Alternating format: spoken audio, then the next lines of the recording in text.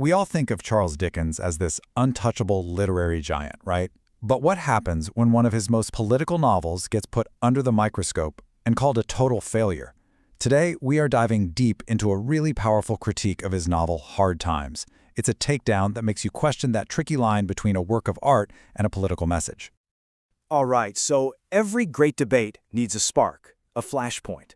And for this one, it all kicks off with what our critic calls a most foolish statement. So get this. The critic hears a Cambridge pundit make this big declaration about Hard Times, and the reaction isn't just polite disagreement. Oh no, the response was to call it one of the most foolish statements of this age. I mean, that's not just an academic squabble, that is throwing down the gauntlet. So what on earth did this pundit say to provoke such a fiery response? Well, here it is. On one side, you have the pundit claiming Hard Times is the only Dickens novel you even need to bother with, and on the other side, our critic says, nope, you've got it completely backward. Of all his major works, it's the least worth reading.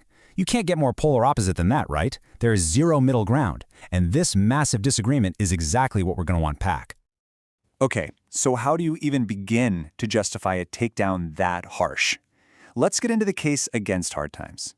The thing is, the argument isn't really about the book's message, but about where it fails as a piece of art. The critic basically lays it all out.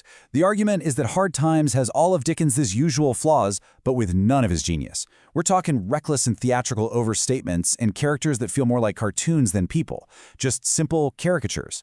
The book gets called out for its melodramatic and muddled emotionalism. And maybe the biggest burn of all, that it completely lacks his signature grotesque poetic genius. You know, that amazing, weird, beautiful way he had of describing things that makes his other books so unforgettable. And this, right here, this gets to the absolute core of the whole argument. The critic is basically asking, so, we're supposed to just pretend a bad novel is a masterpiece simply because we agree with its politics? Wow. I mean, that's a huge question, isn't it? Should a good message ever be an excuse for bad art? So we've seen what the critic thinks is wrong with the book. But honestly, the more interesting question is, why? Why did it turn out this way?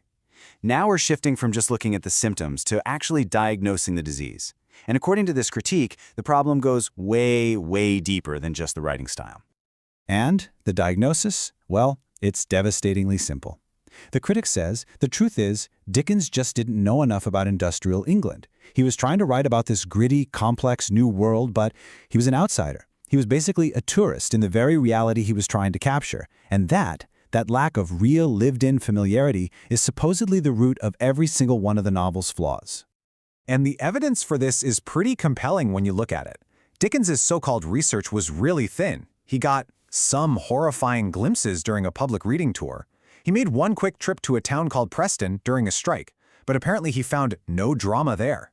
So in the end, his whole perspective was from a distance, as the critic puts it, like watching the world go by from the window of a railway train. All of this leads to the critic's final and honestly pretty crushing verdict. I mean, if an author doesn't have a real, imaginative grasp on their subject, what's left? What do you get? Well, according to this argument, you don't get art. You get something else entirely. And here you can just see the split, right, between what could have been and what we actually got. A truly creative imagination, the critic argues, would have dug in and found the complex humanity, the arts, the skills, the warm personal relationships that had to exist, even in a bleak place like Coketown. But because Dickens lacked that deep familiarity, he created propaganda instead. Coketown becomes just a one-dimensional horrible appearance, and the circus feels totally tacked on, an artificial contrast instead of an organic part of that world. And so, here it is. The ultimate judgment is delivered. The book isn't just a flawed novel with a good message, it is a fundamental failure of the creative imagination. And for this critic, that's about the most profound failure an artist can have. A failure to truly see, to understand, and to breathe life into a world. So this leaves us with this fascinating and totally timeless question that goes way beyond Dickens. I mean, think about all the media we consume today with strong social messages. We have to ask ourselves, can a righteous cause make up for artistic shortcomings? Or, as this critic suggests, does a failure of art ultimately weaken the very message it's trying to send? It's definitely something to think about.